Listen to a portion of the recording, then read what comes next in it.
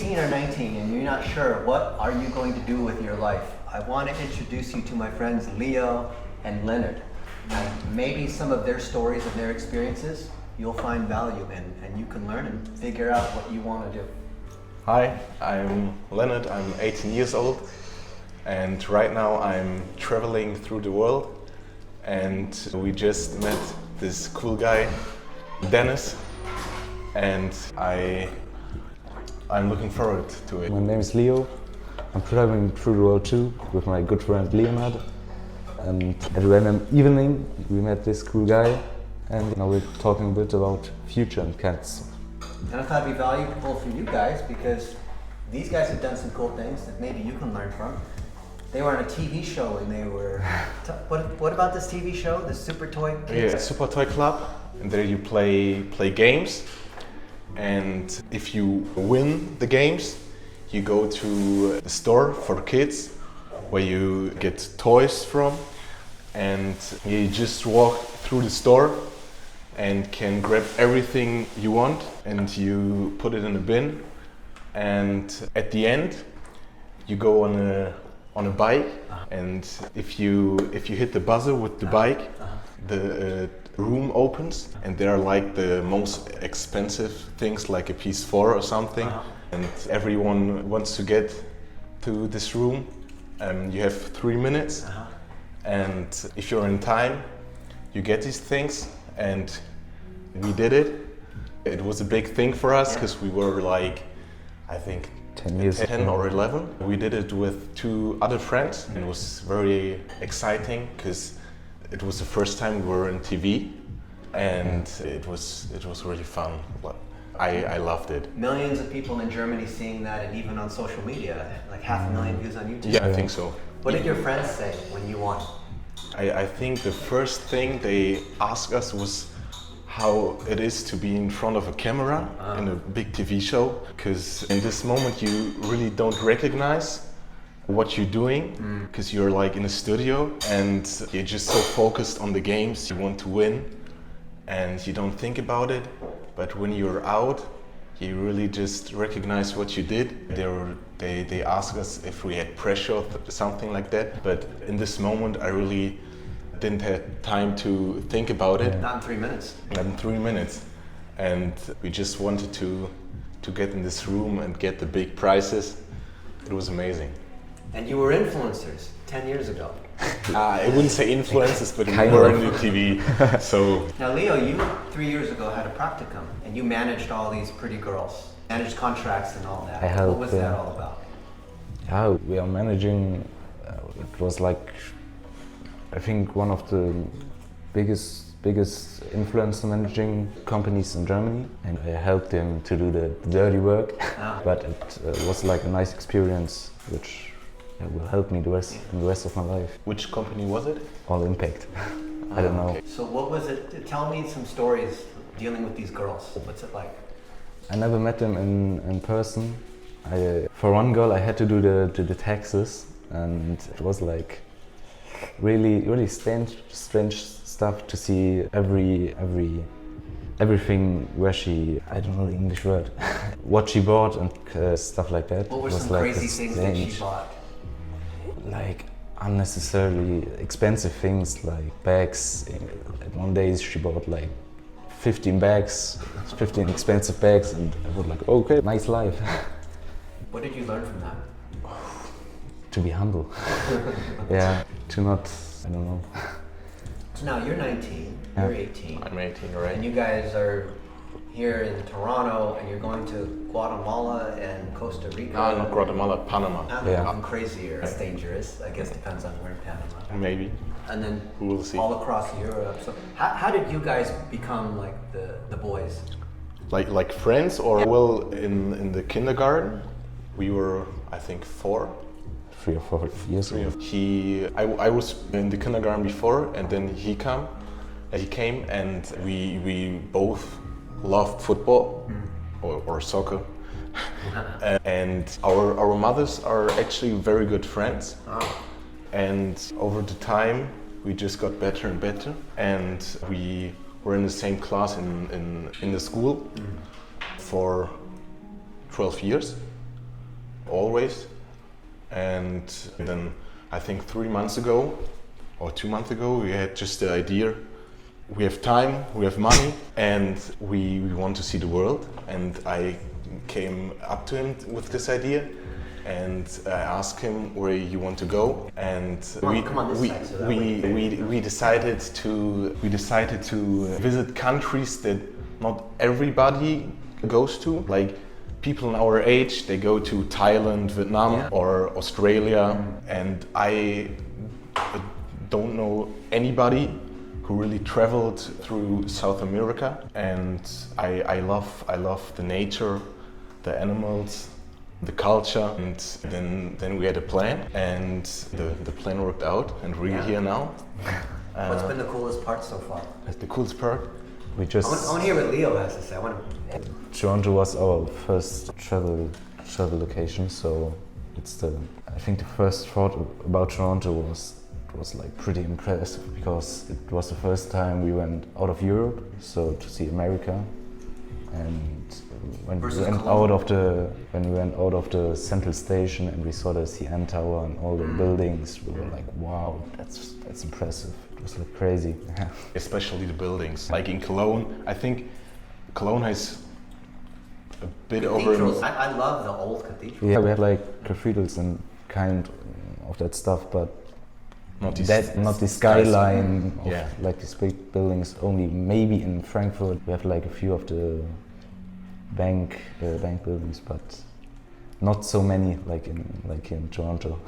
And just the lights in the night, and the nightlife, how many people are on the street.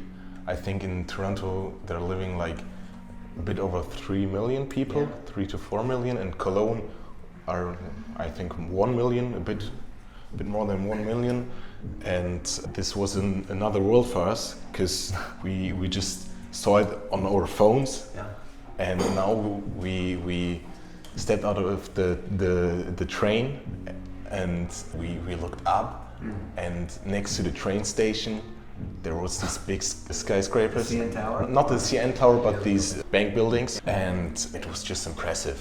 And so many people are on the streets, and that's something we don't have in Germany. So it was really impressive. We had high expectations, but we still got impressed, and it's kind of pretty impressive. Why not come to the US? There's big buildings and nature and metropolis. Metropolis. Well, USA is definitely on our list, but as I said before to you a few minutes ago, in the US we are not adults. You have to be 21, so some. It's the only country where you have to be 21 to drink. Everywhere else it's 18. In Germany, you have to be 16 to buy beer. Like you have to be 18 to buy the hard stuff, the hard alcohol, and I don't want yet to go to the USA, because I know I will go to the USA. I mean, the USA is the country of the world for so many people, and I think like the smaller countries like Belize or Panama, these are countries that I will not visit that often as the US, and that's why I thought, let's go to these countries. How many Germans in Belize doing the blue hole? The blue hole. I don't know anyone. So Leo, you're 19, you've done a practicum, and you're traveling the world. You haven't figured out what you want to do. Tell us about that, and how are you thinking about solving this problem? I kind of know what I want to do in life, so I want to study business psychology in October. And like HR, people management. Exactly. Why is that? At first I wanted to do like psychology, but there are like hard laws in Germany to do that, and you need to have a good education. Like a PhD. You have to go and I was also interested into economy, business stuff, and that's a perfect mix of both of them. So if we were to look at you 10 years from now, and you're a businessman, or you're running HR to a company, or what is it? What can you see yourself doing? I really don't know. That's something But if you could snap your fingers and there was no risk, you you could have anything you want happen, what would that look like? Oh, that's a hard question. I don't know, to be successful in life, to be an entrepreneur, is it the right word? To be my own boss. Maybe. What does being an entrepreneur mean to you? First of all, being my own boss. I don't know. When you're an entrepreneur, you actually have more bosses. That's true. It's to manage my own life and how I want to deal with certain situations. Having employees and having to babysit them and having expenses. So when you're an employee, you only have your expenses, but then when you have a company and all of these bills and all the politics, and then you have to bring in all the money, all the clients, right? You have to manage the company. Yeah. That can be even more stressful. A lot of entrepreneurs I know, they work harder than other people who like work at the government, right? Or maybe teachers. But why would you, of course you want the freedom. People say they want to be their own boss and control their time. But what if we dig deeper into that? What does that mean? What's the underlying reason behind that? You don't like being told what to do. That's the biggest point. You don't want to work for idiots. That's in the 2 jobs I had in the last year. I saw that some bosses are like idiots. They're all assholes. All bosses are assholes. And then once you become a boss, you realize they're right. Your coworkers are even worse, and that's the kind of stuff I don't want to deal with. If you're an entrepreneur, what kind of business would you do? I don't know. I think into headhunting was one of the points I was interested in, like the influencer managing also, but I didn't decide it yet. So I don't decide it yet. And I see what the future brings to me. You could be a people broker. Maybe. Executive hunters, they make a lot of money by placing people.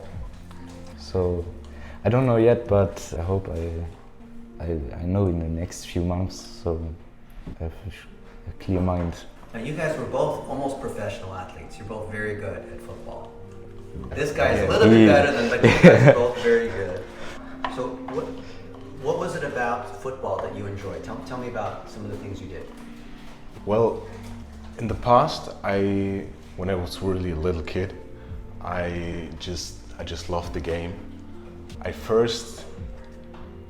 first thing when I think about football is the VM 2010, because that's the first time I really recognizing what's happening there, and I watched every game from Germany, and this was the breakout tournament from Thomas Müller.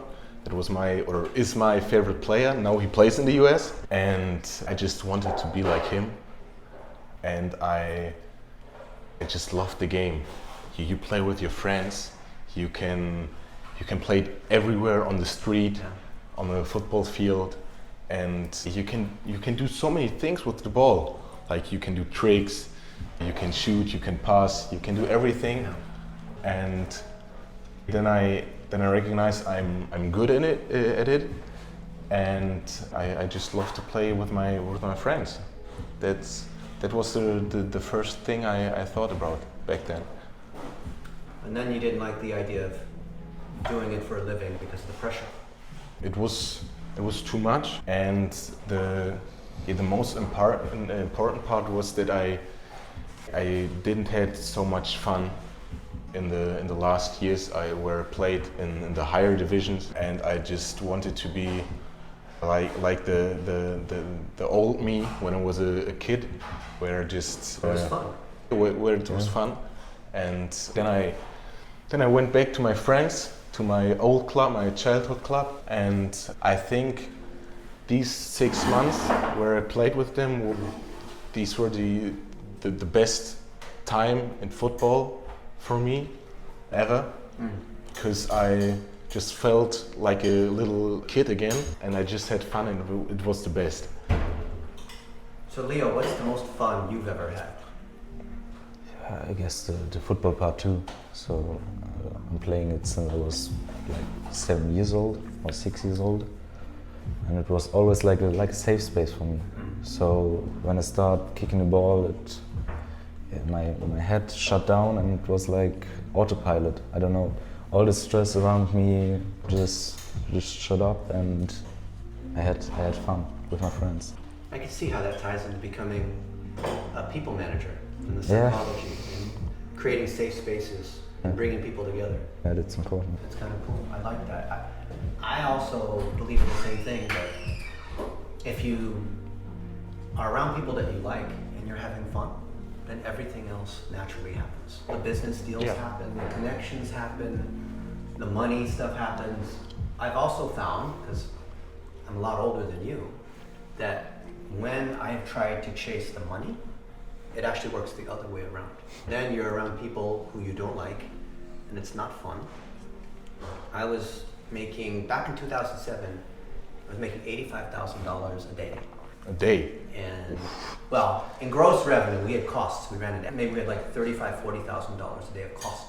So I remember one of my friends, Harrison Gevertz, I think back then he was maybe 15 years old, and he loved to flaunt. He loved to fly first class. He wanted to stay in the nicest hotels. I'm like, we don't need to be spending money like this. Oh, Dennis, we're making so much money. You're so stingy about this. And he loved to eat sushi. So for lunch, we would go to a fancy sushi place, and our laptops would be open, and we would press refresh to see how much money we were making. And maybe the meal was $1,000, right? But during the hour and a half while we're eating, we made $2,000. And we'd say, Dennis, we actually made $1,000 while we were eating sushi. And that's crazy. No. That's like professional athletes that blow all their money. You cannot behave like that, right? And so I found, I was speaking, if you could look it up on the internet, but I would speak at Affiliate World and these conferences where these online money bros would talk about how much money they're making, and everyone would come and boast about how much money they're making.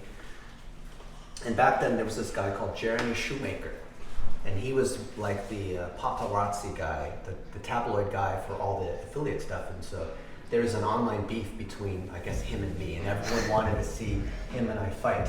And it was like at the showdown, the conference, everyone, all these kids at the conference were the session they were most excited about was this guy, Jeremy Shoemaker, going by Shoe Money, and me. And it was him and I having a debate, right?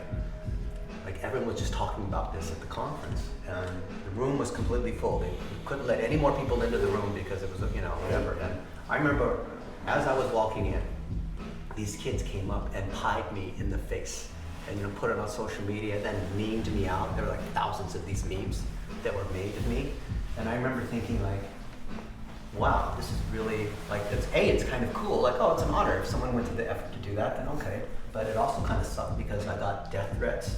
And back when I was arguing with Mark Zuckerberg about this kind of stuff, and then I shut down the ad network, then all the other people that were making money doing these ads on Facebook, they also got shut down because Facebook changed the rules. So then a lot of people who were making millions of dollars, they were blaming me for the fact that their income went away. Right. So then I didn't know if I could go home or anything like that, because maybe there'd be a bomb or maybe something like that. So at the time when I was making what at that time I thought was a lot of money, it was actually the unhappiest time in my life, because we would go out to these clubs and it's very loud, and it's like $700 for a bottle of alcohol, and you have to do a little club. And I don't know if you have that in Germany, but it's very expensive club.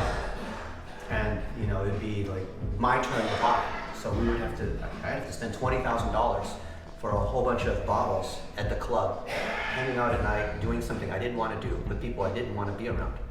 And logically, I guess it made sense, because you need to go meet these people at the club or at the strip club and do the deals to negotiate and make the money. But it was absolutely terrible. So it took me a while to eventually escape that whole thing, and then realize I just want to be around good people, and then I don't have to worry about contracts and people trying to screw me, and if you're around these other people that are going to screw you, then you want to have better lawyers to try to make better agreements. But I realized, you just be around people that you don't have to do all the legal stuff, right? So I went all the way full circle. It took me a while to learn that. I think it's a process. You have to learn. And if you get older, you know it better. The funny thing is, I was a good Chinese math engineer. I was the kind of guy all the other guys would hate, because I would come in and I'd, do these exam and walk out very quickly. And so I trusted in my ability to take tests, things that were computational. And I didn't understand the other side, the softer human side, the people side, until later. And then I realized, because I had a mentor who taught me this, that if you actually trust your gut about people, that's more important than whatever the logic of the business deal or whatever it is, which is weird. Because I'd always relied upon that for like good grades and all that kind of stuff. And then this other side, which is kind of softer, sort of more psychology, more people behavior, is actually more important. Because if you, and I learned from doing agency stuff, having clients, that your ability to choose who you want to work with is actually more important than your skill in doing the work. I mean, you still have to be good at doing the work, but your skill in choosing who you work with is actually a precedent, is more important than the other component. And I never learned that in college. In college, it's like, oh, skill, get the best grades. That wasn't the most important thing. Just like, you're going to do this thing with the Mercedes or some real estate thing or whatever, you're going to be able to experience lots of different groups. And you'll learn and you'll build these relationships.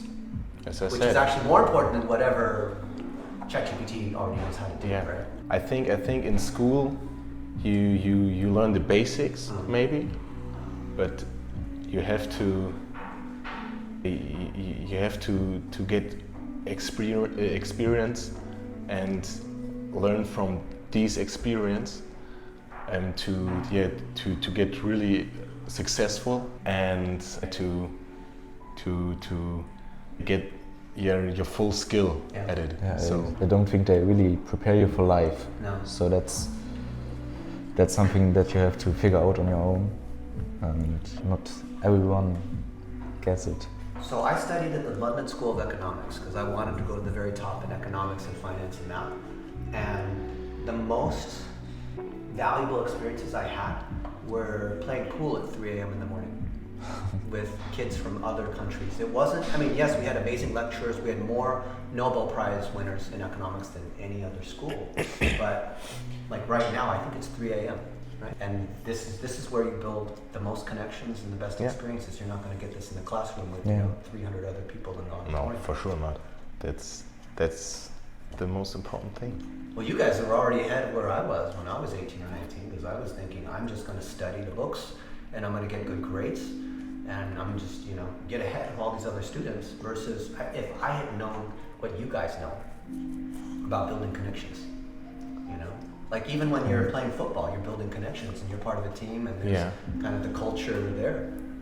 No, but we are lucky to meet you. Like I think in these 3 hours where we were talking to you, I learned more than in a year in school, for sure. What did you learn? Building connections. I knew it was important before, but like how do you explain it? How you talk, your gesture. That these are things that are very, very important. You explained many things to us, showed us your skills, yet you talked about what you're doing. And I just called my father when I was outside, and I said, "Hey Dad, I just met this cool guy. I'm so impressed. I never saw somebody like him, like how he talks. You just want to listen, and you just want to memorize everything what he says." And I think that this experience right now is one of the most important in my life, for sure. What do you think? Exactly the same. So I think the last 2 hours we were sitting there, it was like we were like two little kids who were just listening to a story, and so I think that's something I will remember for the rest of my life. You guys talked about, I'm not sure what the German word is, but like apprenticeship or mentorship, or like being in the trades or being a journeyman. And everything I learned from mentors. Like I had the CEO of American Airlines as a mentor, and he taught me so many things, opened so many doors that changed my life. Because I wanted to work at the airline, because I thought, oh, if you work at the airline, you can fly everywhere for free, right? It's amazing, I want to travel, right? But I applied, And I had a good resume and all this good grades, but I couldn't get in. They wouldn't even interview me, right? And I thought, well, I'll just go try to work somewhere else. But he pulled some strings and was able to basically get me a job that I guess I felt like I didn't really deserve, because I tried to apply and they wouldn't even interview me, right? But if he didn't open doors, if he didn't believe in me and teach me things that I didn't understand, because remember back then, I was all about study, math, good grades. Like I was like, you know, that was what was called a paper tiger. So on paper, I had all of the things, but I didn't have any people skills. Because I didn't understand that, because in fact, I was afraid of, I ate all my meals by myself. I didn't have any friends. And so the more of I was a loser, right? You know, whatever you want to call that. So I would just spend, the more of a loser I was, the more I would just spend time by myself. And it's just like, well, I'm studying more than them while they're watching TV or playing soccer or, you know, going to the mall or whatever they're doing. Wasting time is what I thought they were doing. I'm studying and getting further and further ahead. And nothing could have been further from the truth. Because I was missing all the opportunity to build connections and all these skills. But had I not had a mentor that said, he even said, you are chasing up this tree, or you're trying to climb this ladder, you're going up the wrong tree. You don't realize this. You're trying to climb this tree as high as you can, and once you get to the top of this tree, you're going to look down and realize, oh shit, I'm climbing the wrong tree. And so he taught me that and said, no, come over here and learn how to build relationships. And I was very awkward. So if you suck at something, you tend to not want to do that. So I wanted to do more math. I wanted to do more of these like Asian things. You know, it's like why the Asians play the violin and, you know, do the math, because, you know, they're good at that, right? So I had to do this other thing, and then I realized that stuff was actually more valuable. And then I met a bunch of people who are very wealthy, and I realized they don't know anything, but they're so good with relationships. How is this guy? My buddy Woody Marks, he makes $100 million a year. He owns 10 furniture stores in Alabama, right? He's not very sophisticated. He says, oh, I'm just an old furniture guy. My dad owned a furniture store, now I have it. He's got the southern accent, right? And I said, Woody, you're just putting on this show. There's no way. I mean, you have thousands of employees, and you know, you have all these big stores all over. How are you able to do this? And he told me about like things you talked about with managing people and making sure people feel that they're part of a team, and just growing more and more stores, right? And I thought, wow. But what about like all the warehousing and inventory and manufacturing and marketing, competition and legal, all the things you have to do to run a $100 million business? And he said, well, Dennis, I've hired people for each of these areas. I've hired the best students, the best accountants, the best lawyers, the best warehouse managers, the best programmers, and all of that. I'm like, well, how is that possible? So you guys are going down the right path. I hope so. Don't make the mistakes I was making. Yeah, well, you told us, so I hope I will not do it. Well, I learned from mentors that, because you know, there's all these things that you know that you know that you know that you don't know, but the most dangerous is the things that you don't know, which is called the blind spot. And by definition, like you can't see what's behind your head. Someone else has to tell you. But I think it's important to fail, because if you won't fail, you won't get your full potential. Like a friend of my father, not the father of the friend of my father. I think he was broke 5 times before his business worked out, and at the 6th time, I think he made millions of dollars. And I think the most important part is that you don't give up and just try again and again and again until you make it. Because if you give up, you have nothing else to do, and then you do a job that you hate. I think so many people hate their jobs. And they hate their lives too. And their lives. They live for the weekend, and that's all they have. And that's the problem. I think when you love your job and you love what you're doing, I think that's the most important part. Well, because when you go home stressed and you just think, oh God, yes, another day is over, I think that's very bad for your social life too. And if you go with a good feeling back to your family or whatever, to your home, I think everything is so much nicer and everything makes more fun. Yeah. And that's very important. You don't want to bring back that infection back to your, during the day. Yeah. You have this negative thing. I want to tell you guys one story, and I want to hear. Let me tell you, you made me think of one thing. So, I was in Vietnam last year with my buddy Dan. You saw we traveled all over the world, and we did one of these lifetime bucket list items, which is going in the world's deepest and largest caves, which for many days we are going miles into these caves. Some you have to swim through the river, you have to crawl through these narrow holes, like crazy. That's right? nothing for me. And I'll show you the videos of it, and Yeah. you probably will. I'll even take you there, right? It's incredible. And we met some German tourists, and they said they had saved up all this money to be able to go on this one trip. It's like this lifetime highlight moment. And they said, we only get whatever, how much vacation per year, so we had to save this up, and then we had to save up all the money, time and money, to then be able to do this one trip, right? And they were asking Danny and I, so, what are you guys doing? And like, oh, we just decided a couple weeks ago we would come do this trip in Vietnam, and then we're gonna go to Tokyo, and then we're gonna go do the Great Wall, and we're gonna do, I'm like, what? But we had to save up for years, and we're in our 50s, and this is like the big moment, And then I said this, I used to have the thought that if I was an employee, I get 2 weeks off per year. Or maybe in Germany you get like 3 or 4 weeks. I think normally you have like 30 days, I think a bit more. So let's say 30 days. Yeah, 30 days, 1 But month. here's the thing that shocked these guys when I told them this. I said, you subconsciously already have the idea that of the 365 days in the year, they already by default belong to the company. And then the company's willing to give you 30 days. But they start with all of your 365 days and they give you 30. And of that 30, you're, oh, so precious, thank you so much for 30 days out of the 365. And I said, no. All 365 are mine. And I might give you a couple days. I might give you, if it's enough money, then okay, you're gonna pay me all this money to come speak at your conference.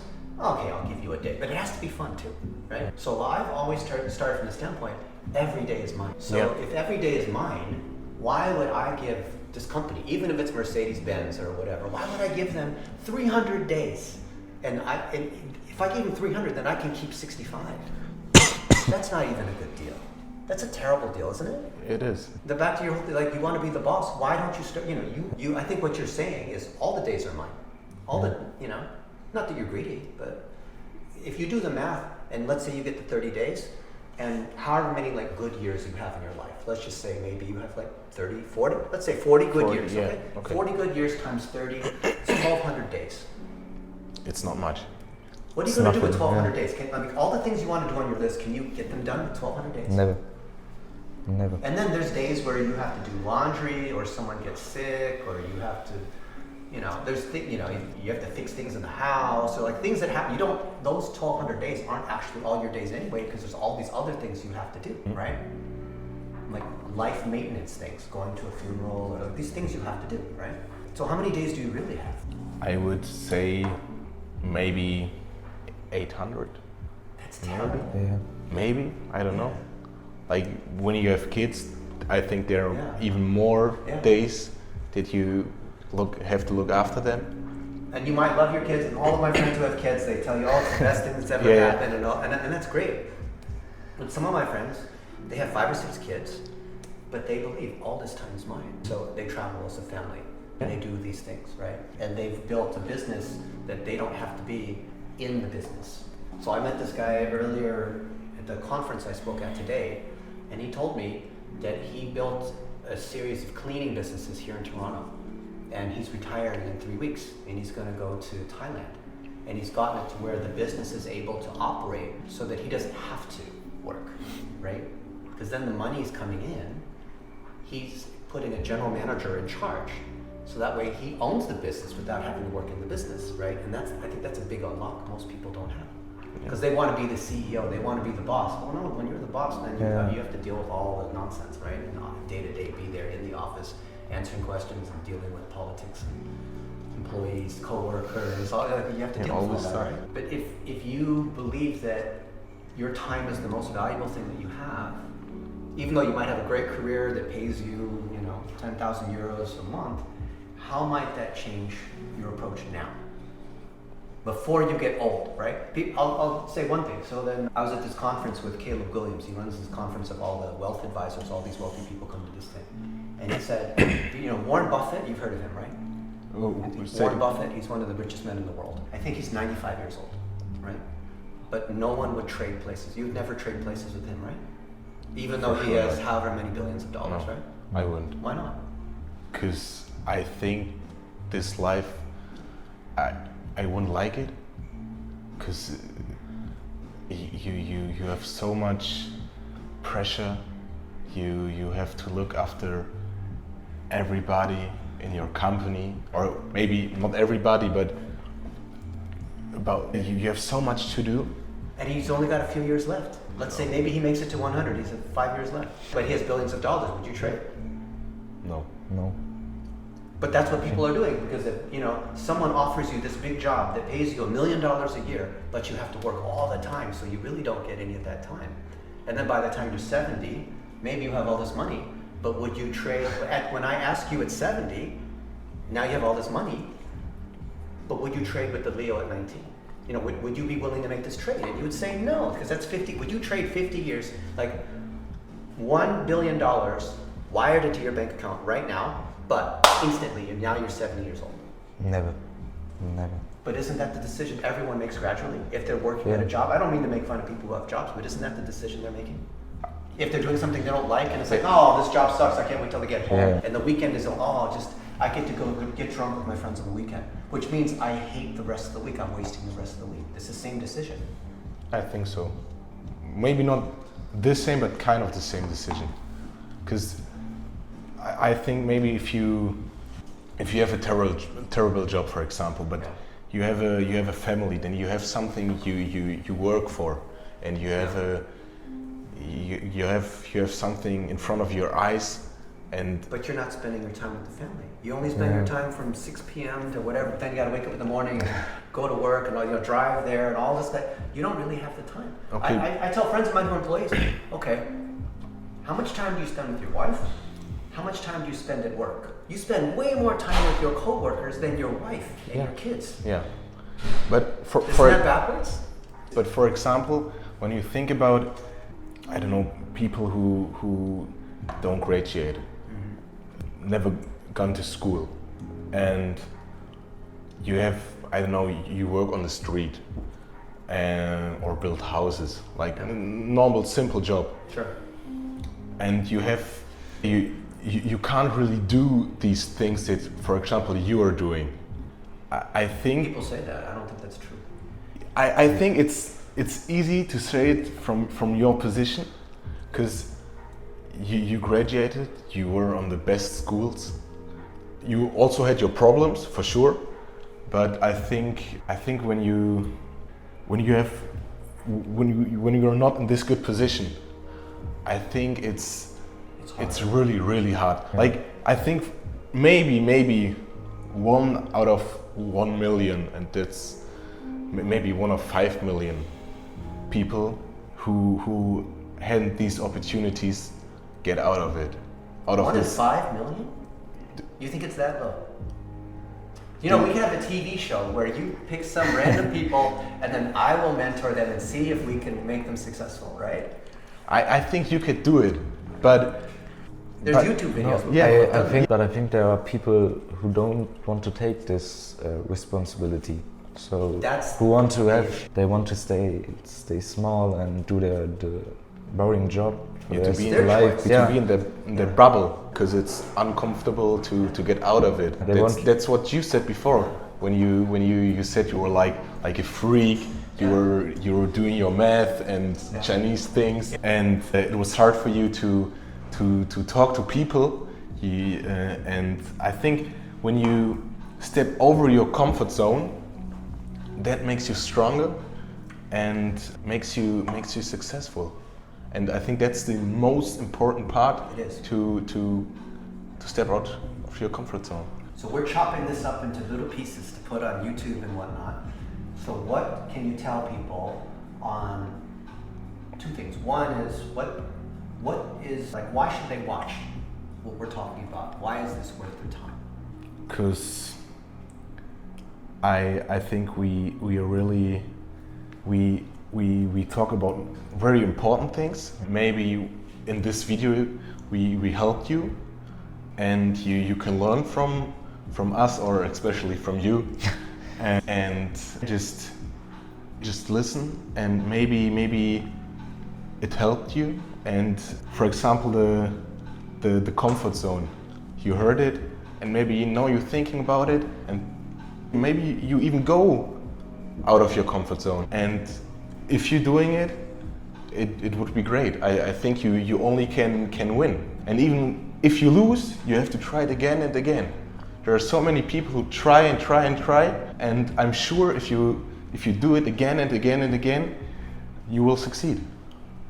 So failure hurts, which is why people, they eventually give up, because they don't have the resilience, because failure just causes them to lose hope. So Leo, how do people break out of the comfort zone? So I think you just have to start. That's the most important thing. I don't know if there's something special to break out of the comfort zone. It's something you just have to do. Maybe you have to think about what could happen if it worked out, if it's working out, and to take that as a motivation every day, because I think everything in life happens for a reason. So this is we met each other, and people watching this podcast, and that's something important for life. I mean, we just met each other 3 hours ago, and now we're doing a podcast. Why not? I think that's You've been on TV before, so this guy managed influencers. Not only. Who knows? I believe everything happens for a reason, and me is like a math, logical, prove it, need to see the science kind of behind it. I didn't believe that, because I thought that was a woo-woo thing that people who were like spiritual magic crystals believed in this kind of thing. But I have learned that even if you don't understand why certain things are happening in your life that may initially look like it's bad, you know, like one time I was in Denver and I was on my way home and I missed the flight. I missed my connection to go home. But that flight crashed, which is wild. It crashed. It crashed because there was the wind shear at the Denver airport or whatnot. But right after the start, or? Well, if I'd gotten on that plane, I would have been on the plane that crashed. But was the plane in the air or just starting and then it crashed? Actually, no. I was in Connecticut, and I missed the flight to Denver. Oh. And and that flight, when it landed in Denver, there was wind shear. You could look it up. There was wind shear in Denver. This is back in the early 1980s. Now modern planes have warnings and the sensors and weather and all that. But back then, when you were landing and it was very windy, sometimes it would just, the plane would all of a sudden go down fast. And so, some people died on that flight. Not everyone, but enough people died on the flight. My parents were wondering, like, oh, he's on this flight. He was on that flight, right? No, Mom, I missed the flight. I was like late, because I often go to the airport late. I don't want to go to the airport 3 hours before, so that time we neither. Good. Sometimes you go to the gate, they just close the gate right before. It's like, oh shit, they have to go to the next flight 2 hours from now or whatever it is. But in that case, what looked like something bad was actually good. And I look back on my life on things where I thought I wanted to go this way and I went this way. Like I was going to go work at Goldman Sachs, because on my mom's side of the family, a lot of people are there, and I was going to do investment banking, buying and selling companies. But instead, I went to the .com internet thing, and this was before the internet was like, obviously now the internet and AI and all this is a big deal. But I started building websites before anyone believed that this was even a thing. Like, why are you spending time building websites, right? No one's using this internet thing, right? Now, of course, we use it now, but back then, like I can look back now and say, wow, that was actually really good. And so now I'm older and wiser, you know I'm 51, I can say that everything that's happened to me was nothing happened to me, everything happened for me. And the minute that flip happens and you realize that, and whether you're a Christian or not, you have a cross, or I saw that. There's a verse, was it Romans 8:28? I forgot the exact quote, I'm sure ChatGPT can tell you, but basically everything happens for a reason. Yeah. For those, and then there's a phrase like, for those who believe. All good things happen to those, I forgot the exact quote, Yeah. butcher it, but it's basically that. So every time I meet someone or something happens, I look at that and say, okay, this happened for a reason. This was meant to be. You know, whether you believe in karma or the secret or manifesting or the universe, or, you know, like I try to do as many good things as I can, because I know for a fact that when I do good things, might not be the next day, but it always comes back to me. And it's not always from like, you know, if I do something nice for you, then like tomorrow you have to do a favor for me. Like, oh, I buy you dinner tonight, you have to buy, no, not like that. But from some other completely different angle, something good will happen to me. Mm-hmm. And even though I can't connect it with like doing something good for you, I know that's what it is, because it's happened to me so many thousands of times, I know it's true. I don't need to have the faith, I know it's true. You just have to believe. That's the important Yeah. thing. But that's the hard thing. At least Yeah. for me, that's the hard thing, is to Yeah. believe that, right? It was before enough good things happened to me. So I'd love for you guys to each give one piece of wisdom, right? Something that's worth sharing, something maybe that's encouraging for people. Just do what you love, and even if you fail, try it again and again and again, and I'm sure that you will succeed, and I think you will be definitely happier if you try, and even more happier when you succeed. So that's what I have to say. Just start, and even if you fail, you gain something that's, I think, much more important, and that is experience. So sometime in life you will win. You cannot lose every time. Well, 99% of the shots you take don't go in. For sure. So how can people find you if they want to reach out? On Instagram, it's Leonard.rst. My point PHLMN.